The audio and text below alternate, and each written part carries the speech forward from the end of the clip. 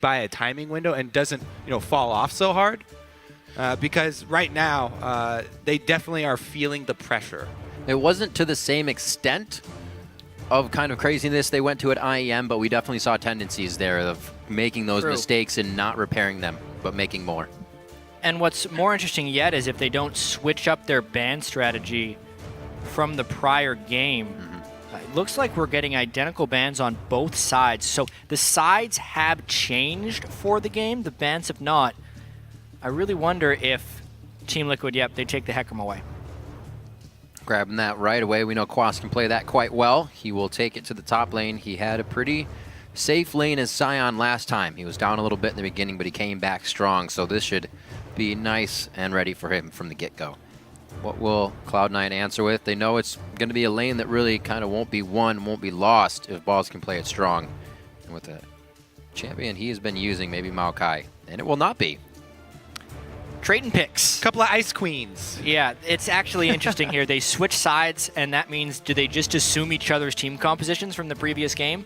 Lissandra and Sejuani, both things the Team Liquid succeeded on, and even though Gragas is good at face-tanking the Sejuani ultimate, that did not work out last game for them once they started falling behind because Meteos never reached the point of tankiness to do that. Whoa. And now will we see some attack differentiation. speed Azir comps. Yep. These are something, before Azir got nerfed, these are something that was really on the rise, but we didn't see a whole bunch because the nerfs came in fairly quickly after people started adapting to us. But you can Blood Boil Azir or you can Blood Boil your AD carry. So I'm still curious where they go with Piglet because Phoenix will also be a huge force this game. Very interesting start here for Team Liquid with starting off with the Hecarim from the top lane, which is a little bit more volatile, but the Nunu Azir pick, much better, more siege-oriented. They have played Azir on a couple occasions before the nerfs, and it can be a very good protection strategy if you plan on going with a strong AD carry as well. Strong Azir attack speed as well as strong AD carry attack speed for sustained team fights that can work through some burst. Ooh. We have seen Azir come back, after the buffs. He got nerfed a little too hard, then he got buffed back up. Seen him a bit in Asia. We'll see Team Liquid's take on it here. This might be the real stand. Very quick. Speaking of point and click, this team is the point and click. Cloud9 going with a ton of hard CC, tanks, and then sneaky on Lucian as a damage dealer. This was kind of their bread and butter when Cloud9 made that late season run. Sneaky on Lucian with a bunch of point and click tanks. And Team Liquid is bringing out something new again. When they 3-0 COG, 3 different team compositions, this is very different from their Game 1 comp. I also really like that they've shifted Piglet over to the Sivir.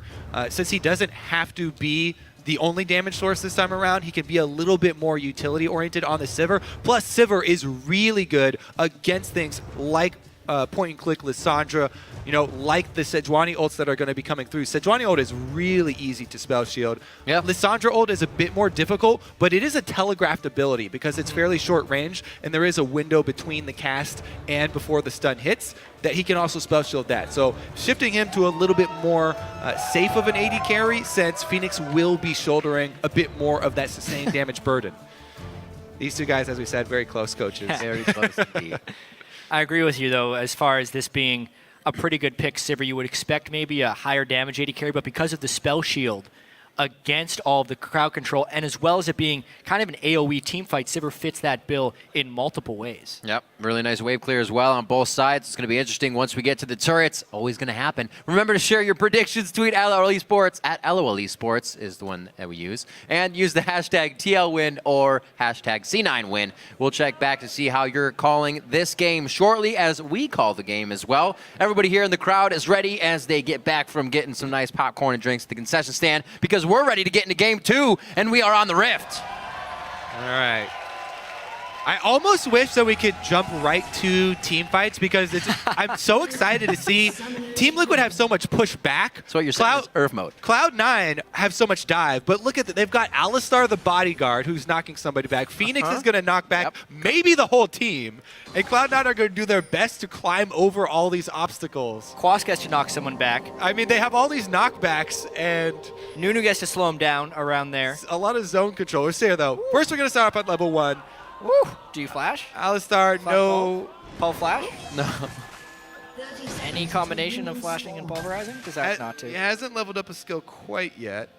They could have easily traded support flash for Maokai flash and maybe even gotten a kill. If Xpecial had decided to do pulverize flash, that would have been very hard for balls to react to. But they get the deep ward. They were just mainly going for lane swap scouting and didn't want to exchange summoners. Weighing those two is fairly difficult. It is nice to have the top laner burn their flash if you're going for a 2 versus 1, because then you really threaten the dive. But at the same time, roaming Alistar support with flash is also a strong tool. So, oh no here. Which one would be better? But Team Liquid spotted out by the ward. They'll be seen going bottom, 2 versus 2. Looks like we will see heads-up play most likely. Yeah, so last game, we did see the early game slightly favor Piglet, and Cloud9 was not putting the AD carry in a position to succeed. They definitely are this time around. Meteos gives him the smite. He takes the Gromp up for himself, so Meteos is probably not going to go with an early gank. He's going to hard farm it out with a route where he gets a bit lower on health in the jungle and then just goes back to buy. But he got a really, really good advantage for his bottom lane. They get to lane first.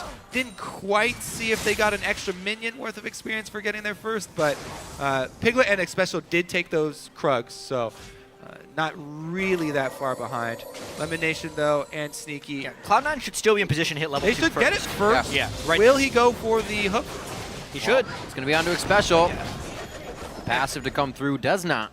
He gets out of that one safely. Piglet's able to trade back a little bit of damage. We also saw High taking a little bit of pressure in the mid lane from Phoenix with his bottom lane. Still great pressure from Lemon as he keeps him out of that farm range.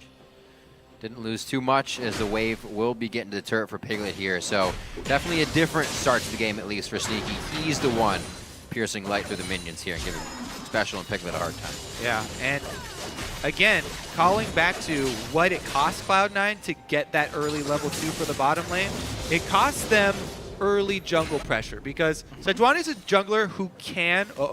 Speaking of early jungle pressure. No, you don't need to go that far to ward it. This could be a lot of trouble for Lemonation. He's waiting for his hook so he could flash the wall from distance. Could be okay. Flash Pulverize could come into play now, but does not. Only level 2, he holds. Good pressure from Dominate there to get Lemon in. That's big. Piglet was just getting pushed into his turret. They have a little room to breathe now. How quickly the tables turn. Yeah, I feel like if Team Liquid really wanted to go for a kill and be in an aggressive mindset, we would be seeing those flashes from Xpecial, even just to trade or try and get in front of him to block the Nautilus hook. But the mindset they're in does seem substantially more defensive. They're a little bit worried of Meteos' presence because they didn't have knowledge that he would have done the late early jungle, and they are kind of playing this lane to farm it out. I feel like Xpecial has always been one of the more defensive supports. No matter what AD carry he's been with, you know, he was with top 4 a very long time, and they were notorious for being extremely defensive. But I feel like a lot of that also came from Xpecial, and he definitely does have that better safe than sorry attitude. Yeah. Not quite like the double lift Afro combination where they're both looking for those aggressive plays. Well, we did hear Xpecial say that hole he had to fill with more shot calling, not as much initiation as he was on Team Solo Mid. So the tendency's still there on the cow, but he definitely plays it for the AD carries. And Lemon doesn't even have his shield broken, so not much exchange there. But again, what I was about to talk about was the jungle pressure sacrifice. Sejuani is a champion who can go for the 3-minute, 10-odd, 15-odd seconds gank if he wants to. There's a flash. She can go for that if they want to, and it is nice to apply that in the Hecarim versus Maokai lane where Hecarim does not have an escape early, but there was no chance of that because he gave away the Gromp experience to the bottom lane and had to go for the more hard farming route. We'll see if that does cost them top lane because Hecarim, fairly easy start here so far versus Maokai, even CS. I'm also wondering, I mean, Team Liquid had the deep wards to try and scout the lane swap, yet still ended up in this 2v2, which I do not think is to their advantage. Just theoretically, the Nautilus Lucian against Sivir Alistar. Trying to even it up here. There's the flash. There's the flash, though. That's what they needed, especially that sneaky Lucian as well. He knows how to get out of those sticky situations, and he may still be able to provide a lot of power for the game. A failed attempt by Team Liquid bottom. as they go for a second run there. They also both burned heals. I think the heal was burned for Piglet for the speed boost. So they actually go pretty much draw even on summoners as well. Now Meteos has made his way to the top lane, though. That's the pressure we were looking for. Maokai sets it up. Level 5s here. Doesn't look like anybody's going to be hitting 6 just Oh! yet. Quas bumps Meteos as well on the Arctic Assault, but it looks like they have enough to freeze the horse, cut him down, start producing a He little has bit of... level 0, wait a minute! Oh my god, he leveled as the minions were dying around him! Quas! And he gets first blood before he goes down. Whoa, and a dive bottom. This is Sneaky going down. That was the ignite that ticks through. And he That's answered. the one hit. Is the tick still there? He's forced to flash as well as he drives his anchor into the back of Piglet. Now to Everybody's high in in the on the mid lane. action. Phoenix with not enough mana to chase and into the dark would be too much of a risk. Oh, come on, Hi. Everybody else is doing it. Yeah, everyone fought. Quas, honestly, though, that was such a good play from Quas to go back into the minion line, spamming Q to get level 6. What a heads-up play from Quas. And Spirit of the Dread Level damage as well, 5 healing him. the entire time. He goes, you know what? I'm out of here. Oh, I'm not getting away. Yep. Immediate decision. You can see how quickly he makes that decision. He auto-attacks the minion as well as going for the Q. Boom, instant level 6, level up, and the Ignite gets the counter kill there. Best he could possibly hope for. And then in the bot lane, they knew they had 2 summoners down, plus they still had Ignite, so they go for the dive. But because of that hook from Lemon Nation, Piglet takes that one extra turret shot, ruining basically what would have been a clean dive. Both supports ended up getting the kill. Yeah, but because Sneaky's so far ahead in CS at that point, he's the one coming back with a BF sword. Right. The drawback is no potions on top of it. He had to stick around a couple extra seconds in Fountain for the last couple scraps of gold, so he won't have sustain. And the sustain advantage definitely going to be for Team Liquid, not only with the potions, but also because the Alistar. Let's see if they can, really take advantage of that within trades, or if Sneaky will actually make use of the extra AD. Right now, though, Team Liquid objective focus. They have the Nunu dominate. Definitely one that likes to stack dragon buffs early on for the team. We'll see if they can keep it up. They do have the timer. Yeah, and with an Azir on the team, someone who's great at zone control, getting the early dragons, because they can make the threat of more dragons such a huge team fight magnet, is very important for this Team Liquid match. You see in the top lane, Quas bullying balls pretty well. He's starting to chug his potions and try to get healthy once again. The second tier boots already finished from Quas, so home guards to follow next, and those plays to be made if Team Liquid can keep this up. Looking back at that bottom fight, it was a good thing Sneaky was up in CS to get that BF because the assist also went to Piglet throughout the kills there. So each lane still staying pretty close in that sense. And we still see Team Liquid confident to make the plays. And Quas doing a damn good job here in the top lane. Balls can't offer too much, trying to go for a little bit of aggressive play and maybe change his mind and say, hey, my jungler's here, but Quas isn't buying it. He's doing a good job of threading in his auto attacks too.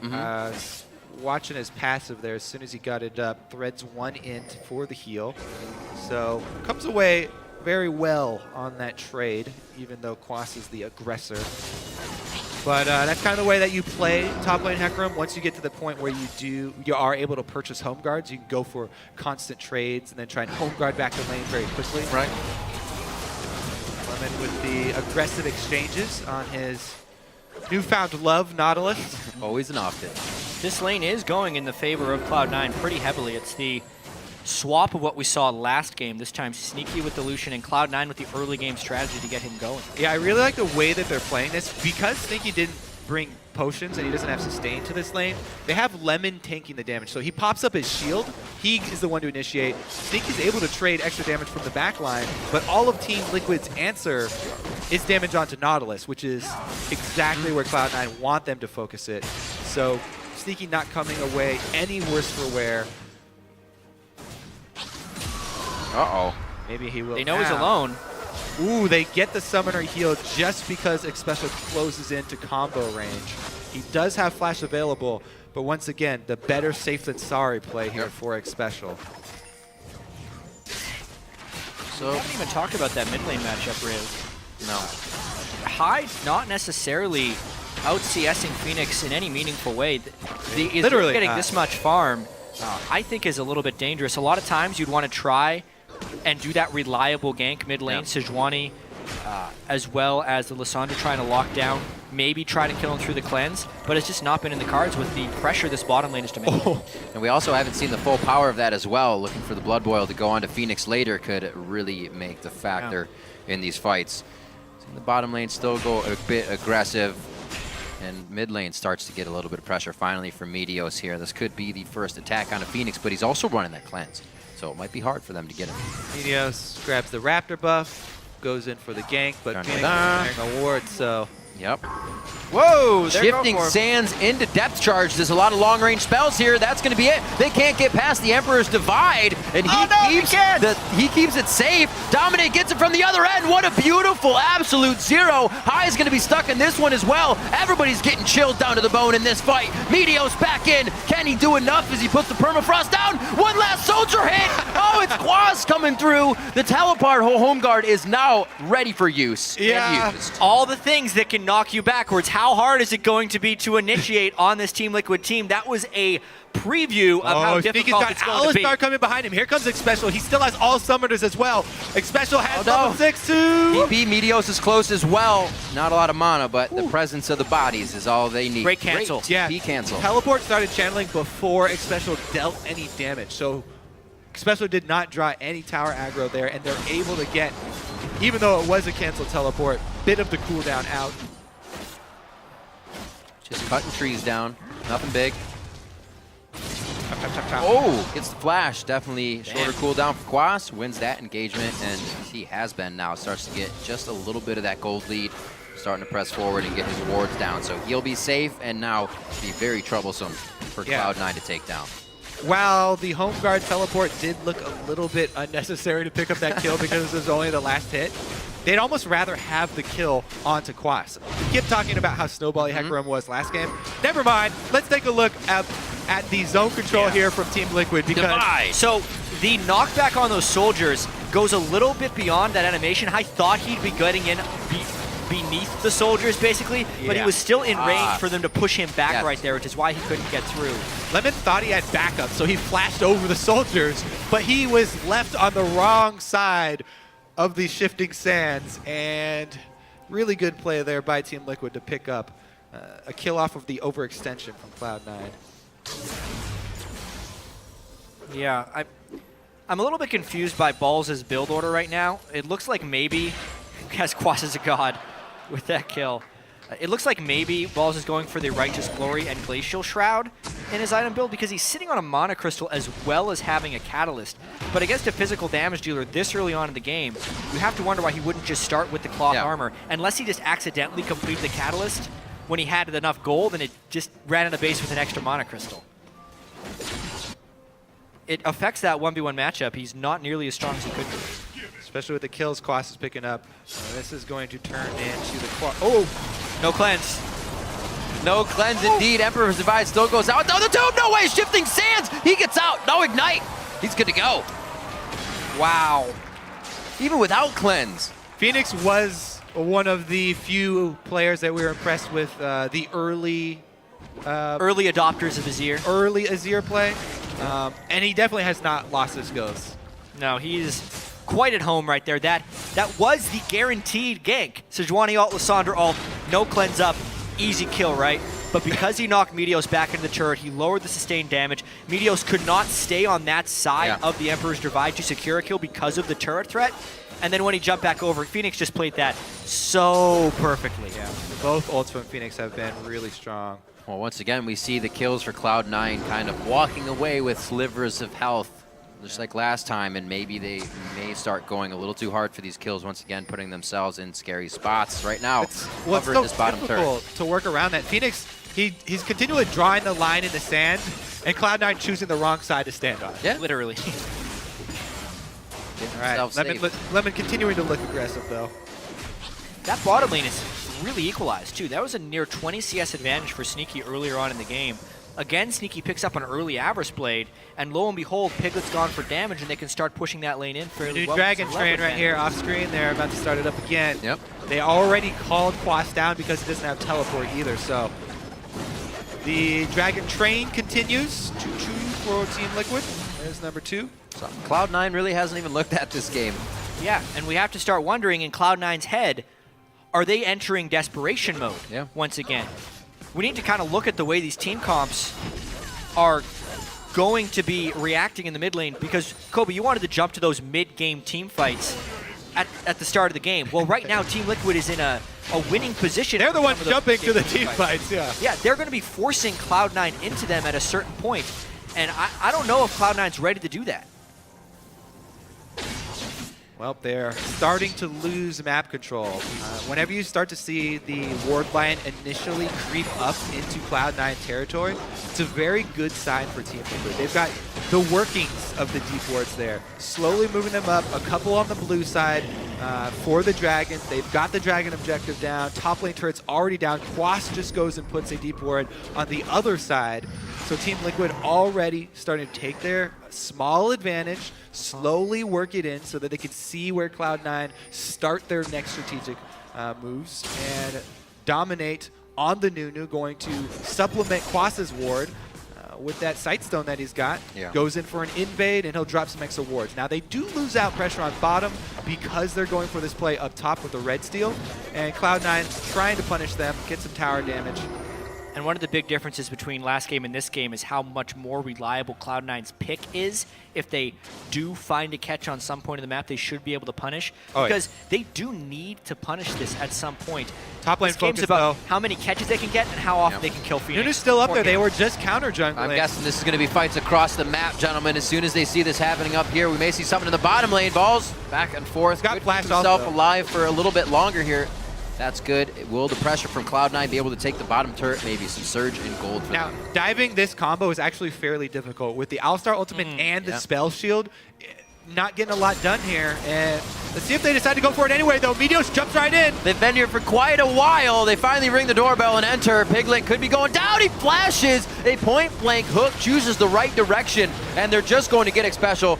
Piglet trying to do what he can here. That home guard TP will come in. Quas starts flying through. I don't know if he wants to be there anymore with Balls being in the fight. Here comes Phoenix from the top side. Tri-brush. He goes after Lemon. He's going to be chased out in that, and everybody's a bit split on their focus. I don't know if they finalize any more kills here. Phoenix wants it. There got it is. Doesn't even have to flash on Azir, considering the investment for that dive. Oh, because of the turret, it's real close. I mean, Hai did shove the lane, but usually we see Hai, the mid laner, getting off the roams. Hai is the one making plays, sacrificing farm. So Cloud9, maybe they are having a little bit of problems here in the mid lane. Not quite sure.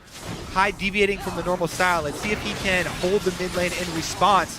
Team Liquid looking to answer, but Hai is fine. So Cloud9 will take that turret to equalize a little bit there. Also, I do want to give props to Sneaky. He didn't just run away from Hecarim mindlessly as an AD carry. He got the tag off to take down the home guard bonus, greatly reducing not only the mobility but the damage of that teleport in from Hecarim.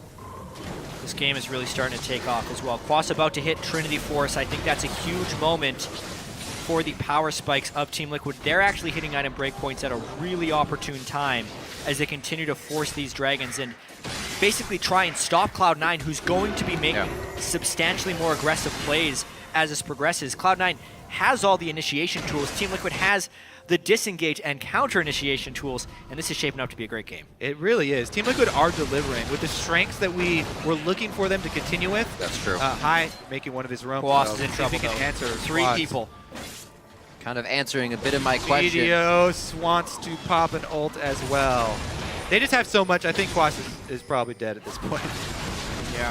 He still goes in. He's going to ulti out on that one. Missed the ulti. Not dead. They still have a lot of crowd control into this turret and a lot of beef to take turret shots. They're going to be able to get out of this one safely. More turrets down here for Cloud9 as they start to grab a bit of a lead. Still down in gold, though. It's all about how Team Liquid responds to that. At that point in the game, Quas was a little bit too far up in the turret because the rest of the map did not have pressure, so Cloud9 was free to send 3 up there without being punished. Bottom wave was pushed by Piglet. It barely reaches the turret, though. Sneaky not going to lose out very much. Now, one of the strengths I was about to bring up that we were talking about for Team Liquid before this was the ability of Phoenix to bring out many different champions and keep Cloud9 guessing. The Urgot, the Vladimir, drawing bans, yet still a huge presence his Azir. His Azir is going to be helping to start fights with Especial here. And that turret behind them doesn't really allow Cloud9 to go hard even if they wanted to, because Liquid has a place to go safe. Yeah. And as we have a pause come in, talking to your Azir point, Kobe, it seems like his Azir may be an even larger presence than some of those other things. Up 60 CS to high, as well as having the roam kill. Plus, he was the recipient of a lot of pressure as well. He dealt with the pressure. Meteos visited mid several times, wasn't able to get anything done. They turned around a gank even. Yeah. Just all around, Phoenix in playoffs, way better than Phoenix regular season. Yeah. So Phoenix one in of those playoffs guys equals Scrim Phoenix, apparently. He's really showing up under pressure, which is, not something that you always expect from these guys, moving across regions. He has had experience before, though, so he's not one of the newbies. Nope. Definitely giving Cloud9 a hard time. Everybody here is from Team Liquid. Quas able to get himself out and just hitting level 6. First blood for himself in the top lane. Every time it seems like Cloud9 tries to do something, it backfires a little bit, and they're not able to kind of push a turret as they usually would, or take something else, or just be Cloud9. Seems difficult for them at this point. High definitely having some trouble in the mid lane there as he goes against Phoenix. And how do they consider this if teams that they haven't, or I'm sorry, champions that they haven't played against recently keep coming into these games? Do they stick with their bans, or do they just try their own thing? Does Cloud9 pull out all the stops?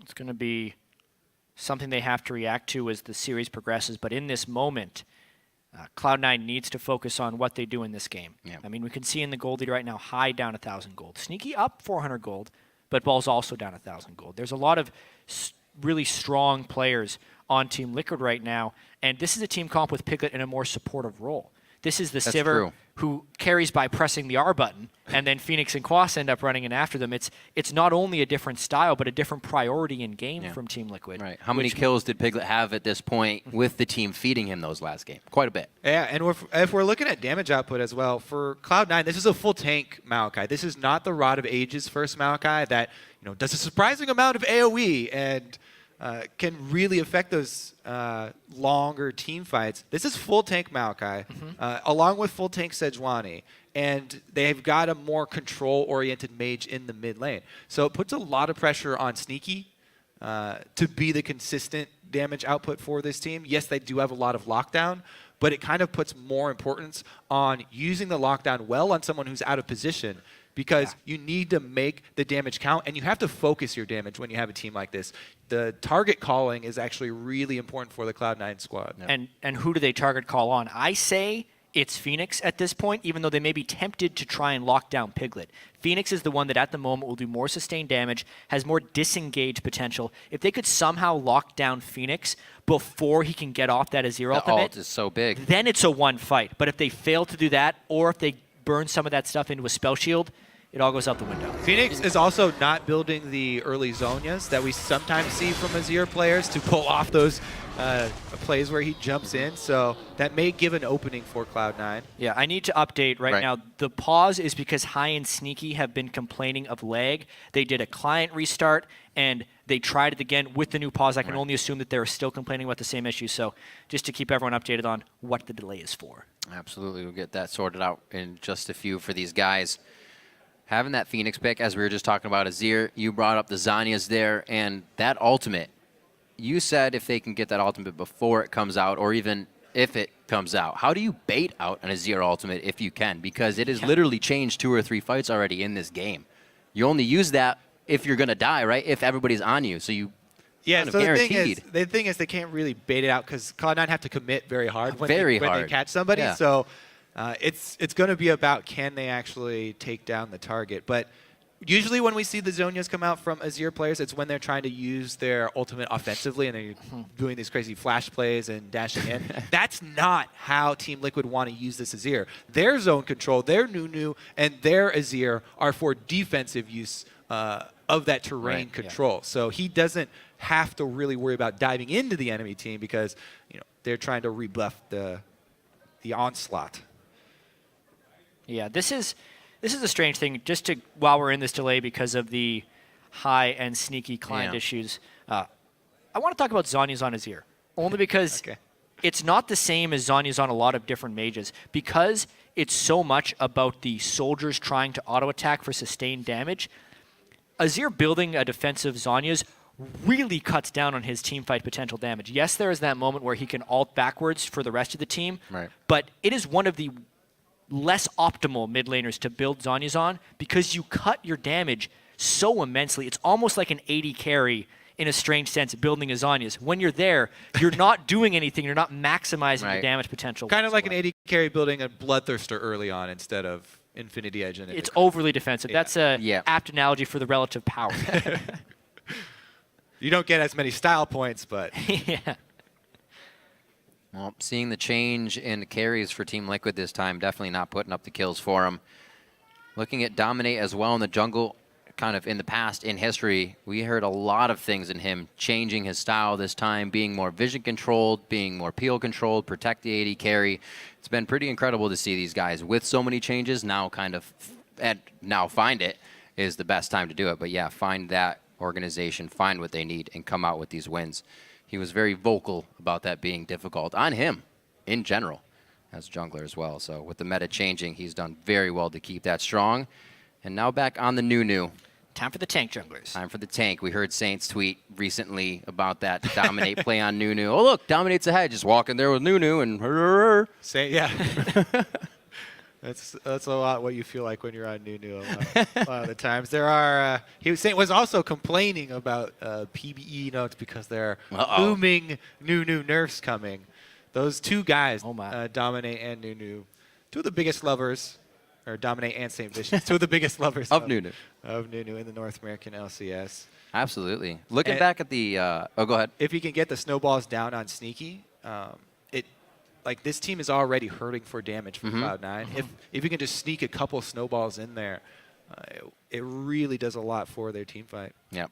All right, so while we work out the issues on the stage, everyone, we are going to send it over to the guys on the analyst desk. Thank you, Riv. So we have some time to take stock of this game midway through, which is kind of an interesting approach because we can critique how we think maybe the game should move forward from here. So let's set the stage, which is that both teams are kind of taking a similar approach to this game in that Team Liquid putting a lot of focus on their bot lane. Sneaky and Lemon having a better time in the duo, but Dominate putting a lot of focus there. Meteor still choosing to put a lot of focus into the top lane, so not a whole lot of changes there in terms of jungle pressure. Yeah, which surprised me a little bit because C9 went the opposite way I thought they would go. We're like, okay, they're trying to get balls ahead. Cool, they're going to play something aggressive like a Maokai. And the thing is, Ball's a good Maokai player. It's fine. Like, they like his ability to flank. And the thing is, they're picking Maokai because he's got this single target lockdown. This comp, by the way, is almost identical to the one they played against Liquid in Week 8, where Maokai, that time Vi, Lissandra, Lucian, Nautilus, they're just trying to kill Piglet. And you can see that CC chain does work, so I understand the reason they're picking the champion for the comp. But as far as the interactions of the teams, I'm just still not quite sold. And what this overall does, though, is it puts a lot of pressure on Lucian, on Sneaky, to actually deal the damage now in team fights. Because it feels like that single target lockdown, that single target burst that C9 is going for with this comp, doesn't have a good target. You've got Azonius Azir, and you've got Sivir, and you've got Alistar to bodyguard here. And there's so much zone control that, like, you actually got two DPS champions on Liquid that can kind of deal with all this, and then, you know, re-engage and actually have DPS. Right, so their sustained damage actually takes a bit of a hit if they can't burst somebody out with this with the Lissandra, as you mentioned. And then Lucian being a spellcaster ADC that generally has a fair amount of burst coming out at the beginning of a fight. Sejuani being their really sustained damage, and Lissandra, if she has enough cooldown, right? I mean, Lucian still is pretty good as far as total damage output. Like, I feel like Lucian's like, if Graves is here, Lucian's over here, where, like, yes, you have some burst, but, like, it's fine to have Lucian be, like, your carry, AD carry. It's not a Kog'Maw, but it's not crap. But again, I think they need a second damage source somewhere, and it doesn't seem like there's really anyone here on the comp for that. I want to jump in on the top pick that you mentioned, 4C9 being Maokai, Zion, Maokai into Hecarim. They saw the Hecarim get picked up. You would have thought maybe they'd pick something a little bit more punishing for that 1v1 matchup when someone picks up Hecarim. Yeah, I mean, he could have even, like, if they wanted to run that tank, they could have went for, like, the Scion, who, you know, you saw Quas do the same thing last game. Even though, like, Ball's got that early advantage, he was still winning lane, he was getting ahead. Like, he got down a lot of CS later on, but he still had that pressure with, like, without any jungle help. And this game, again, you saw Team Liquid, Nunu's bottom lane, constantly, like, Sneaky is up 20 CS at like 6 minutes, and he's freezing. So if their jungler is there, like, they're going to win the game. Like, Piglet couldn't do anything. And then what happens again is Dom just walks up, and then he just pushes in the lane and blows flash, and then there goes their whole bottom lane advantage. And Team Liquid is playing to their strengths and what they need to win the game, which is getting Piglet ahead and making sure that Sneaky doesn't snowball when he's that far ahead. And you saw like Meteos going top lane, and it's not really paying anything off. Quas just completely outplayed them 1v2, and they didn't get any advantage off pressuring topside with Sejuani. And then mid lane, Azir versus Lissandra, that just isn't a good time for Lissandra. And like you saw C9 going for that like desperate play where Lemon, like 3 people tried to like flash over the wall. Flash, the desperate flash over these. It was just brutal to watch, and I don't really know like what C9 is trying to go for there with pressuring a Maokai lane when they have that Lucian getting ahead. Yeah, the allocation of jungle resources by C9 has been very questionable. First it's top, then he goes middle, and all the pressure is completely deflected by Phoenix, and then their ultis are on cooldown. They're blowing summoner spells to get him, and he's really, like I said, he's deflecting it. So all the pressure is gone, and it gives away so much because then they know where the jungler is, and then Dom's free to move around the map and do whatever he wants. All right, I got to interrupt you there because we've got the technical difficulties solved. The team's all ready to head back into the game, so let's send it back over to our casters for the call. Thank you very much, Dash. And we are ready and raring to see a bit more league action here as we sort out the problem. We are going to get the guys playing through and see if it is sorted. This is a quick test as well, but if they play on, then we play on. They are going to be testing the minion waves. They were saying the lag was with the minions, and that's what we're sorting out. So now 21 minutes into this one, 5-5. Really, as we've been saying, no lead really to either side. Turrets have gone to Team Liquid right now, so if they can get the wards forward, they pressure that, that's where we're going to be bringing it from. An interesting thing to have to adapt to is these mid-game pauses in the middle of these long series as well. That's a really good point. Both these guys pretty experienced in the LCS though, so no major changes. They also don't get to discuss strategy during these long pauses, so immediately Cloud9 trying to get a dragon. This is the fight Team Liquid might want, but Team Liquid does not have the zone control right now, so it's hard for them to initiate. Dominate has, doesn't go for it. Great dragon right there by Cloud9. Let's see what they gave up mid-positioning, though. Can they get back to defend this turret? Cloud9 forced around the outside. Team Liquid is a zone control team, so they need to find the spot where they can set up shop. But Cloud9 made it all the way around before Team Liquid could pressure that turret. Brilliant rotations there by Cloud9. See if they have the pressure here for the turret. They do not. Cloud9 with a good amount of wave clear, and they pick up dragon number 3. Something Liquid went all the way to 5 last game without even any contest. So definitely a change of pace here for Cloud9, but still down about 1,000, actually 2,000 gold here as Team Liquid continues to push the waves.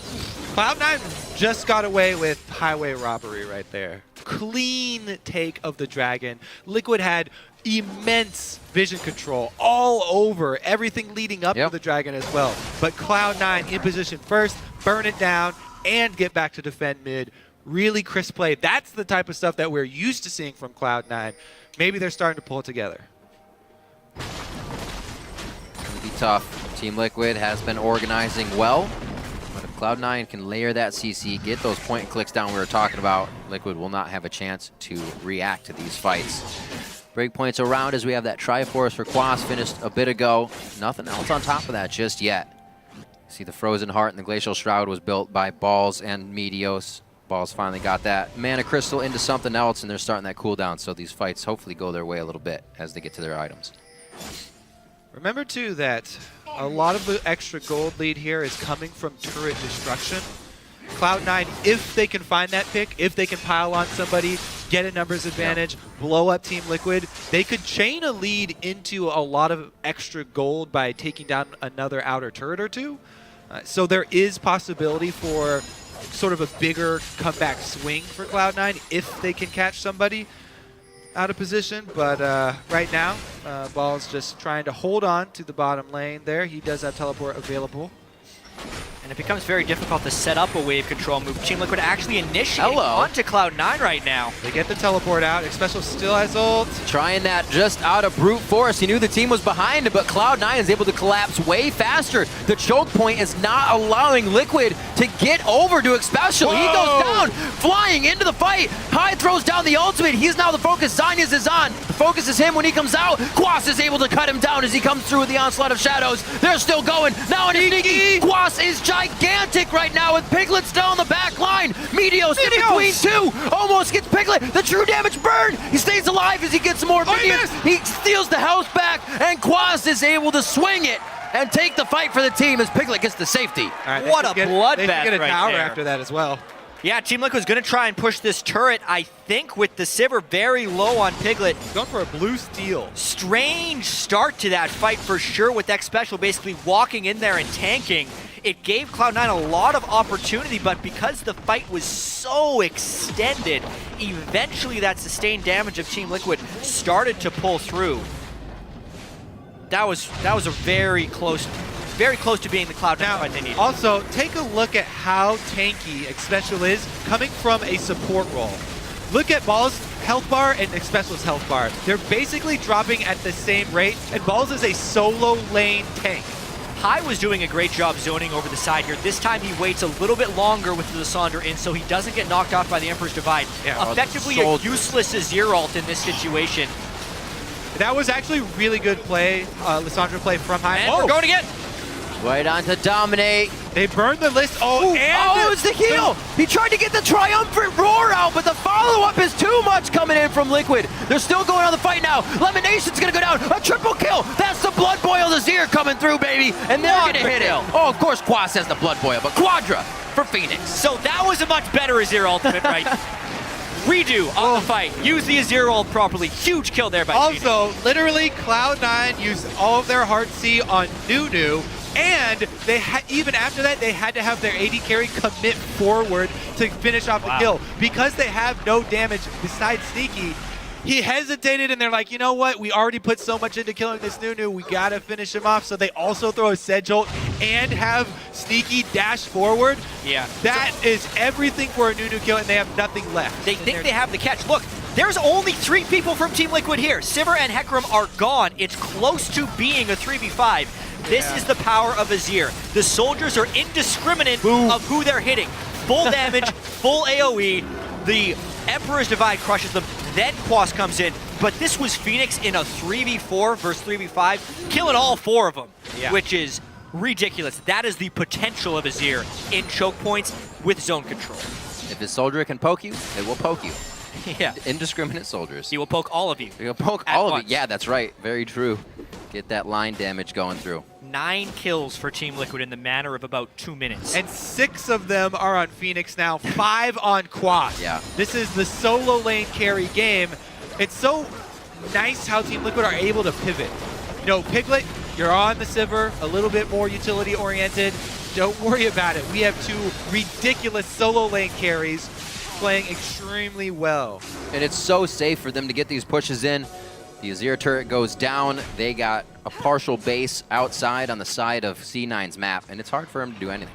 And a dragon they can get very Yep. easily. Who is this Team Liquid team? Honestly, they had so many struggles in the regular season. They had to play a tiebreaker game to even make it into the playoffs. And then you look at a team like Cloud9. This is somewhat the story of their season, because every other week we say Cloud9 is back because they look great the previous week. And then they go and lose a game they weren't expected to lose beforehand. Well, everyone said Cloud9 was back after they got the number 2 Grab seed. the number 2 LCS. seed real quick. But are they really? There's been so much inconsistency from Cloud9 this entire split. Yes, they got the number 2 seed, but they look more vulnerable this split than ever. Yeah, you can have some questions about Cloud9 this series. You can definitely say that this is the best that Team Liquid have looked all year, though. By far. By far. Indeed. They don't want that 4th spot. If they were to lose this game, it could be the same 1, 2, 3, 4 we had last year, but it's not the same Cursed team. It's Team Liquid, and they're pushing on. They're looking to get a lot more out of this season. Cloud9 almost has to initiate right here. The Baron buff is still on this Team Liquid team, and they have the zone control. Those Azir soldiers just poke high to half health. Yeah, not much they can do, especially if he puts the soldiers on the turret, does a good amount of damage, so they can just pick these things down immediately. Balls can't even stand tall with the fight. Lemonation gets bounced out for a second, but that could be their engage. There's the Sivir on the hut, and they're going to be going for this fight now. Piglet in the backside, a little bit of control to him, but he is free to run and free to roll over Lemonation here. Meteos now heading for the fountain, and Team Liquid has Cloud9's base to themselves. Yeah, nobody died there from Team Liquid. The Baron buff is gone, however. It'll be interesting to see if they back away, but boy, they really have control of this game now. Team Liquid, another victory over Team Tanks inside the base. 1 inhibitor down. That will be a huge, huge opening. Because Team Liquid, as we've gone over, they can... Yeah. Do they even have the damage? Yeah. It's like, yeah, that guy's you pretty know what? tough. Nah. Going back to that last fight, though, it was an example of the fears we had about this Cloud9 team composition and the strengths from the Team Liquid team. Unless Cloud9 can close on Phoenix, basically, and instantly kill him, they're going to have a bad time. The ultimate, you see how thin the Sejuani ultimate is right there, not getting the stun on anyone. That's a failed initiation. Phoenix is still alive. High sells out for him, but the Cloud9 damage was spent on not getting a kill, which means Team Liquid can continue to churn that damage that their team provides and get 2 more kills. That Azir ultimate proving extremely useful. It's not a lot of times you get to play against walls that are going to path you in different ways or really stop the team from initiating, and it seemed to throw Cloud9 completely off here in them trying to get into their fights and overextending way too much. What an upset this is, and what a good story for Team Liquid. I mean, they are the last team that snuck into playoffs. Yep. They take down CLG in a huge set, just sweeping them, and now they're looking to try and sweep Cloud9. A dominant performance. I don't think anybody predicted a 3-0 in Team Liquid's favor. They're making a strong early case here, but this is still game 2. Gonna try and finish it off here. Well, one of the teams with the more internal problems than most, but I think now that they've righted them, they're even closer than they were before. Or closer than they could ever be, rather. Yeah, no Baron buff this time for Team Liquid to try and push down, but they still have the Azir, who makes turrets melt just by placing his spell on him right there. Sivir not the best sieger, thank goodness they have Azir. Look at High. He is done for before the fight. Meteos goes for broke. The rest of the team has to follow for this to work, but again, Emperor's Divide is keeping all of Cloud9 from getting to Team Liquid, and they once again surgically remove Cloud9 from the map and move into the base. And just for good measure, Kwa sends a message. One last bump. He has to stay in the base. That's going to be the game.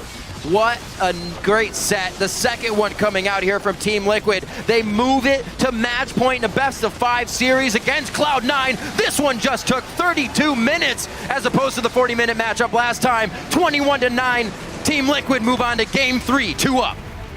These best-of-5 series are so snowbally. We've seen so many times. The early first game victory giving Team Liquid a lot of confidence, and their clean play backed up in Game 2 as well. Now on a 5-game playoff winning streak. Yeah. Their first 2 playoff victories ever over Cloud9, and they're looking stronger game over game. Team Liquid in the COG series, first game was really close, and they improved throughout. First game was closer than this one for sure in this series as well. Phoenix's Azir, 9-1-10. Was scary. Damn. They're already throwing 2 bans at the guy. First 2 playoff victories over Cloud9 ever. That was only their 3rd victory of any kind ever against Cloud9.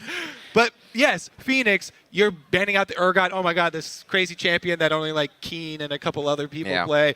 We don't want to deal with that. The Vladimir, which has been huge in the North American playoffs. Yeah. I feel like there was a scrim partner, like one of the scrim sections. Vladimir showed up big for a lot of these, couple of the North American teams that were all practicing against each other and drawing repeated bans here. But Phoenix, the champion pool, even goes deeper than this. He's played really well on He Zed. plays everything. Exactly. He plays a lot of things, and he's performed on all of them in playoffs. Yeah.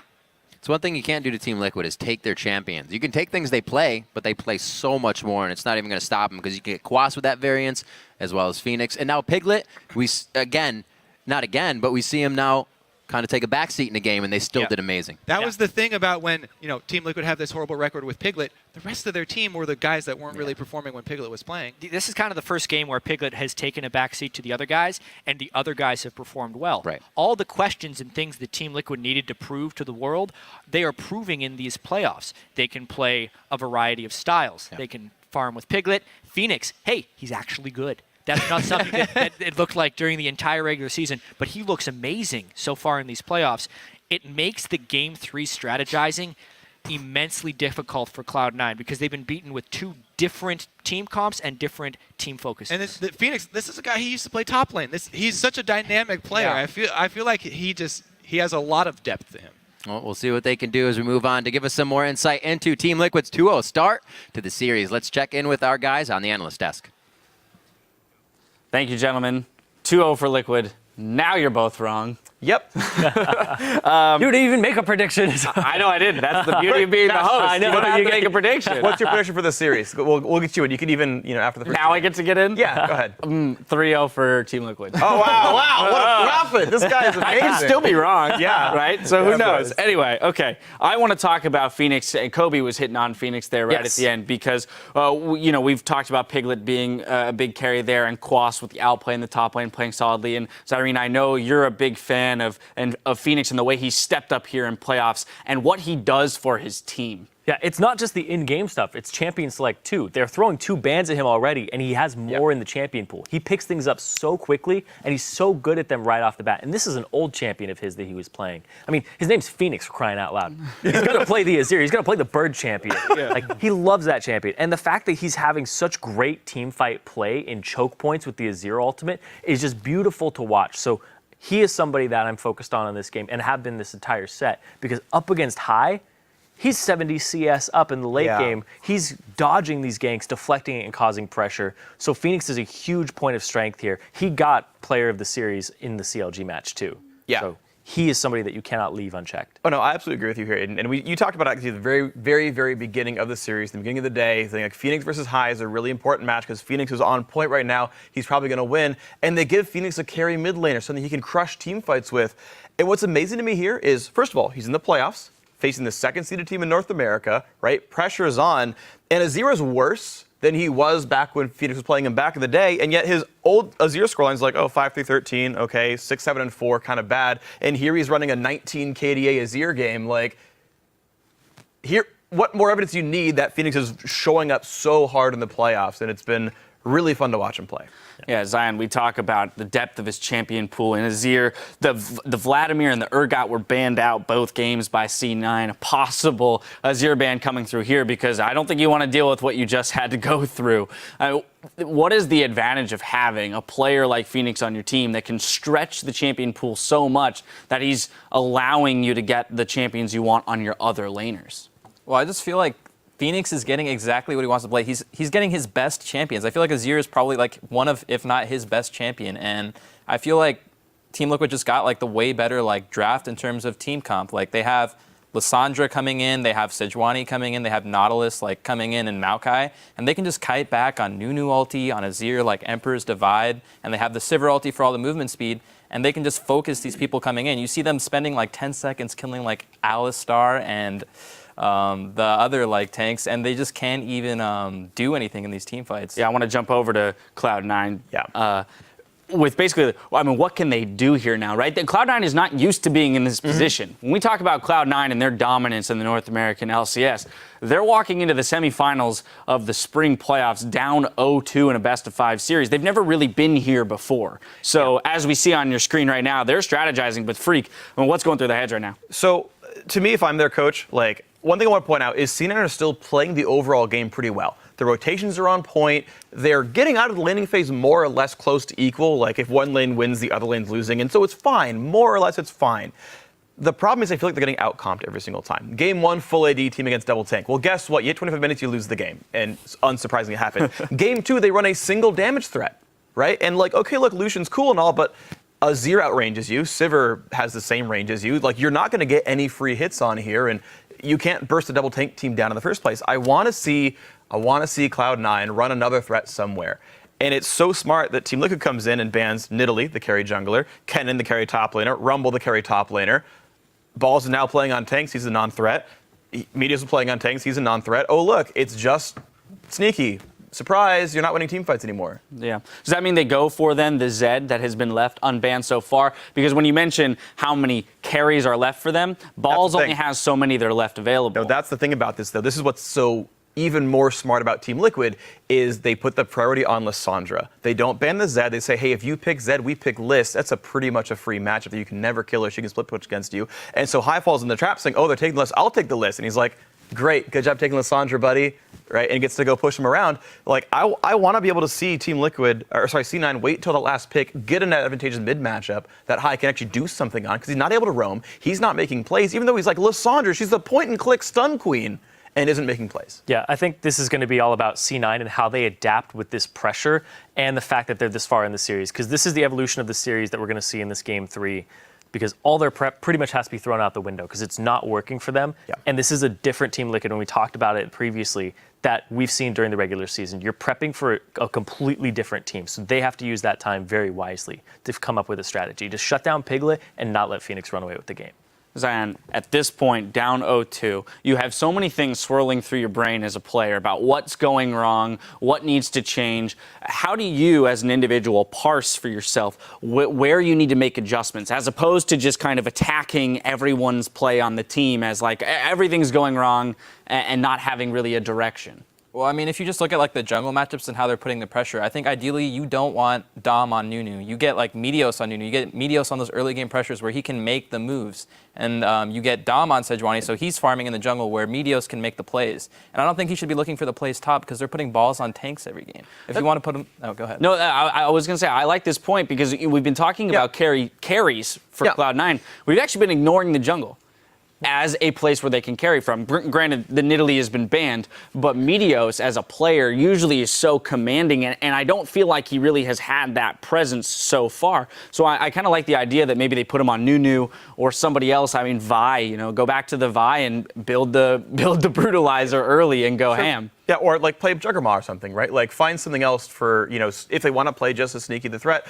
there's comps that are built around that, and that comp is called Pick Kog'Maw. So, that there's a thought here that there's even other adaptations where if they do want to play Maokai every single game. I think back to game 1, they grabbed Hecarim early on. Hecarim had the chance to impact the game. Like, that comp was fine if they had a magic damage mid laner. Like, if, round 2 for Team Cloud9, they had just grabbed the Lissandra when it was still on the table instead of grabbing a jungler when like Sedge was already picked. Like, then there's magic damage and suddenly the comp's going to work again. And you probably don't pick Draven in this case, but like the first pick Hecarim might still come out, and then okay, look, you have a damage threat in the top lane. There's so many things that C9 can do. They just keep shooting themselves in the foot at some phase during pick and ban. It's going to be a little risky too if they do go for the Juggernaut, because they'll have to leave the Lulu unbanned. They'll first pick it. It's a dead giveaway. And then Team Liquid, they play it themselves, so they know what you play against it to kind of counter it, because they've had flaws in their own. I think you can play that without picking Lulu, though. Like, High can play Orianna. You can still go for, like, a Nami support. You can still go for a Nunu jungle. Like, there's still the pieces there that you can make, maybe not like the strictly optimal Juggernaut composition, but we've even seen, like, double tank plus Kog'Maw. There's actually some really good comps. GE Tigers ran one last night. It's a little different than Juggernaut. It's a protect the Kog'Maw at that point. Yeah. Either way, like, if you're relying on Sneaky for all your damage, but give them a better damage dealer, protect them. Yeah, I mean, even Maokai top lane, right, has some sort of appeal for a Juggernaut. And that's fine for Kog'Maw. Yeah, I want to jump back over to you, Zion, because you just recently played Team Liquid in their new state of awesomeness, right, and power and potential. What would you poke at as a hole in their team, as either strategically or mechanically, that you think Cloud9 might be able to exploit in order to get back into the series? Like I said before, it's just Meteos shouldn't be on that passive farming Sejuani jungle when they have all that pressure going on bottom lane. Bottom lane, you see them constantly fighting. And then mid lane, you can't have High in the matchup where he's getting bullied. Azir versus Lissandra, that's brutal. Get High in a matchup where he has pressure. Get bottom lane in a volatile matchup, that's fine. Keep top lane safe because they're not really getting much done top, so that Meteos can be on that early game jungler. There's a reason Nidalee is always banned against him. He makes those plays on Nidalee. He carries because he just has so much pressure. And when he's on Sejuani, he can't do that. put him on, even Nunu he can pressure. So if they just do that, then I think they'll be able to win this game. Would you put him on a fighter jungle like a Vi or a Rek'Sai or a Lee Sin? Is that worth the risk? I definitely think so. I think that they can pressure and snowball from the early game. I don't think Team Liquid plays that well from behind. They've been doing great getting these early leads, and Dom has just been working well pressuring bottom side and getting Piglet ahead. And then Phoenix did great the previous game, but I think if Meteos gets the early game jungler and he gets the pressure, then they can get something going. Well, I definitely think Cloud9 might have to make some drastic changes in Champ Select, as Team Liquid has had it on lock so far through this series. Team Liquid are 1 game away from securing their spot in the finals. We'll see if they can get it done with our 3rd game against Cloud9. Stay with us.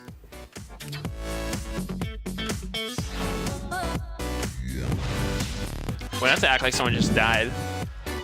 It's just a game. Funeral. You win some, you lose some. Let's start winning some. Cut him down. Start producing a He little has bit. almost Wait a minute! Oh my God! He leveled as the minions were dying. They're still going. Now in a sneaky. Quas is gigantic right now with Piglet still on the back line. They're still going on the fight now. Lemonation's gonna go down. A triple kill. That's the Blood Boil Azir coming through, baby. And they're gonna hit it. The rest of the team has to follow for this to work. But again, Emperor's Divide is keeping all of Cloud9 from getting to Team Liquid. They move it to match point in a best-of-5 series against Cloud9. Team Liquid move on to Game 3, 2 up.